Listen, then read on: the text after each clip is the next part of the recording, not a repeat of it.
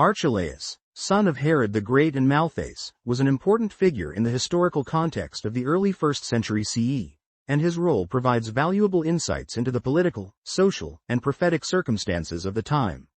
As one of the sons of Herod the Great, he inherited a significant portion of his father's kingdom upon Herod's death. His rule and actions had lasting repercussions, especially for the Jewish people and early Christians. Background and Ascension. Archelaus was designated in Herod the Great's will as the ruler of Judea, Samaria, and Idumea, territories encompassing some of the most important cities of the time, such as Jerusalem, Joppa, Samaria, and Caesarea. This territory comprised approximately half of Herod's kingdom, making Archelaus's share considerably larger than that of his brothers, Antipas and Philip. However, before Archelaus could officially assume his role, he had to gain the approval of the Roman Emperor Augustus. To secure his position, Archelaus traveled to Rome, seeking Augustus's confirmation of Herod's will. This was not a smooth process, as his claim to the throne faced significant opposition.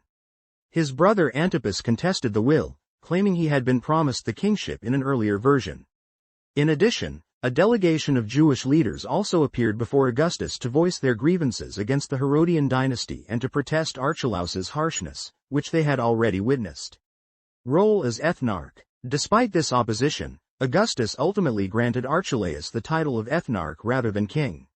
This title, which means ruler of a nation, was slightly less prestigious than king, but still placed Archelaus in a position of significant power. Interestingly, the Gospel of Matthew, 2:22, refers to Archelaus as reigning in Judea, likely because the local army had prematurely proclaimed him king. This demonstrates that Archelaus was viewed by many as the legitimate successor to Herod, despite the Roman adjustment to his title. His reign and relationship with the people. Archelaus's reign, however, was marked by a reign of terror and cruelty, which quickly alienated him from his subjects.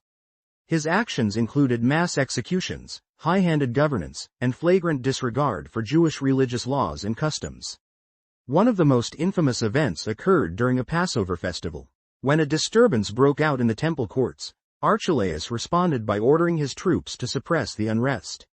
The brutal crackdown led to the massacre of 3,000 Jews within the temple precincts, an act that not only shocked his subjects but also further inflamed resentment against him.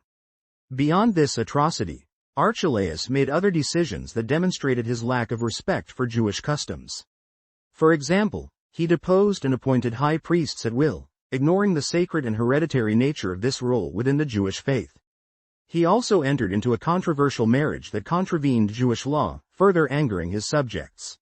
His governance was characterized by arbitrariness and a disregard for the well-being of the population. Deposition and exile. Over time, the dissatisfaction with Archelaus grew to such an extent that both Jews and Samaritans, usually at odds with one another, united in their opposition to him. They sent a delegation to Emperor Augustus to formally accuse Archelaus of tyranny and misrule. After an investigation, Augustus determined that Archelaus was unfit to govern. In either the 9th or 10th year of his reign, Archelaus was deposed and banished to Vienne, in Gaul, modern-day France. This marked the end of his political career and left a significant power vacuum in the region.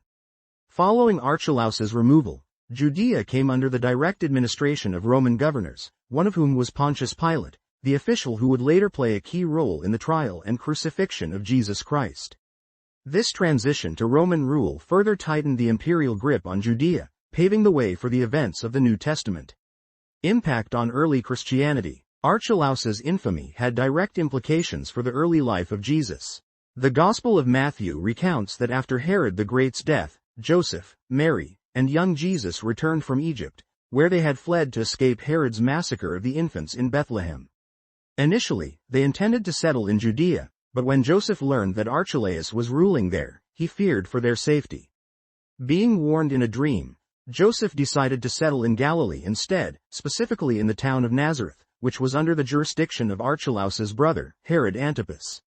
This decision fulfilled the prophecy that Jesus would be called a Nazarene. Legacy. Archelaus is remembered as a ruler whose oppressive policies and disregard for Jewish traditions made him deeply unpopular.